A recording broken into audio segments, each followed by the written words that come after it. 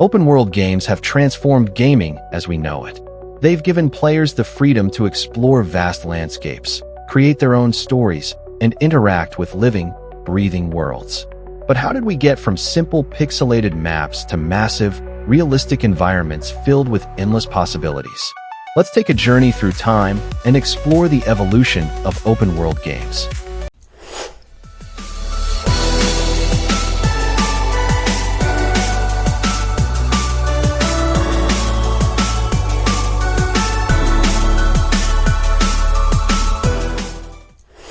The early days, the birth of exploration. Before open-world games became what we know today, the idea of non-linear exploration was just beginning to take shape. In the early 1980s, most games were built around single-screen levels or simple progression paths, but some developers were already experimenting with larger, interconnected worlds. In 1984, Elite broke new ground by creating an entire galaxy for players to explore. It may not have had modern graphics, but it allowed players to travel freely between planets, trade goods, and even engage in space battles. This was one of the first games that gave players true freedom, a core element of open-world gaming today. Then, in 1986, The Legend of Zelda introduced an open-ended adventure. Instead of following a fixed path, players could roam the world, discover secrets, and complete dungeons in any order. This level of freedom was groundbreaking for its time and laid the foundation for future open-world adventures. By the late 80s and early 90s, more developers began expanding on this idea. Games like Ultima and Fallout introduced player choices and consequences, making the world feel more alive. You weren't just exploring, you were shaping the story based on your actions. These games proved that open-world concepts could work in both fantasy and post-apocalyptic settings.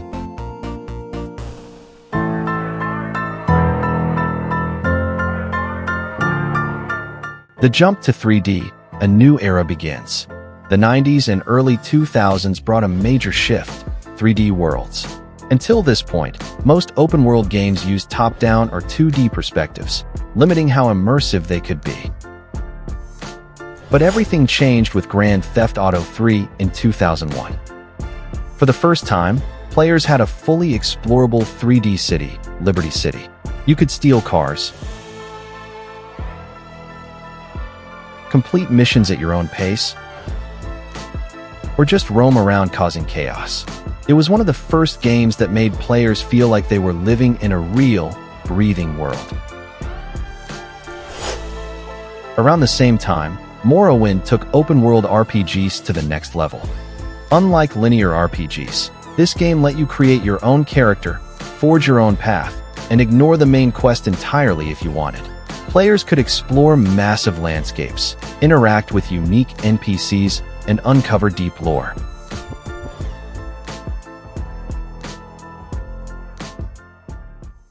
Then came Assassin's Creed, which introduced vertical exploration.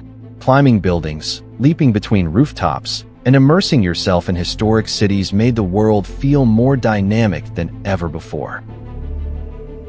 This was a game where movement itself was part of the experience.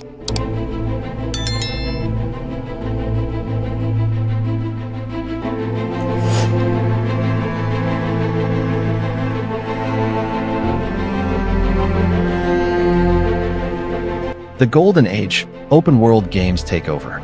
By the 2010s, open-world games weren't just a niche, they became the dominant genre in gaming. And in 2011, a game changed everything: The Elder Scrolls V: Skyrim. For the first time, players had a massive fantasy world filled with endless possibilities. You could fight dragons, join different factions, or just wander through snowy mountains, discovering hidden caves and villages.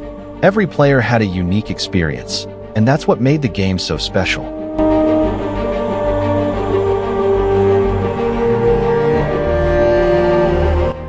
Then, The Witcher 3 took open-world storytelling to new heights. Unlike many open-world games that focused on sheer size, The Witcher 3 emphasized meaningful choices and deep narrative. Even side quests felt like mini adventures, with well-developed characters and unexpected twists.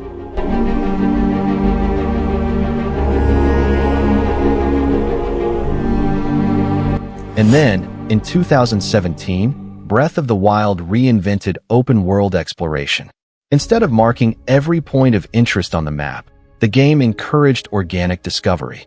If you saw a mountain, you could climb it. If you saw a river, you could swim across or build a raft. It wasn't just about having a big world, it was about interacting with it in a natural way. This shift towards physics-based gameplay made Breath of the Wild one of the most influential open-world games of all time.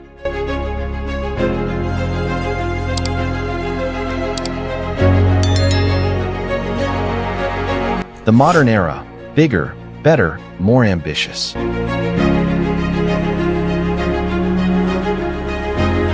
As we entered the 2020s, open-world games became more ambitious than ever. But with that ambition came new challenges. Cyberpunk 2077 aimed to create the most detailed open-world city ever made. Its world was dense, futuristic, and filled with side stories, characters, and neon-lit skyscrapers. Although its launch was rocky, it later became one of the most immersive open-world experiences available. Then came Elden Ring, which combined the brutal difficulty of Dark Souls with a vast open world. Unlike traditional RPGs that guide players with quest markers, Elden Ring let you explore at your own pace. Every castle, dungeon, and hidden area felt handcrafted, making exploration feel truly rewarding. And now, we have Starfield, which takes open-world games beyond Earth. Instead of one massive map, the game offers entire planets to explore. Space travel, outposts, and interstellar adventures push the boundaries of what open-world gaming can be.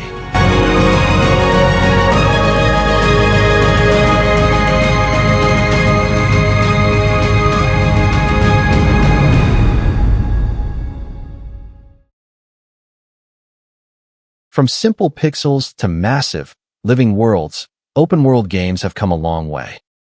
Each new era has brought innovation, creativity, and more freedom to players.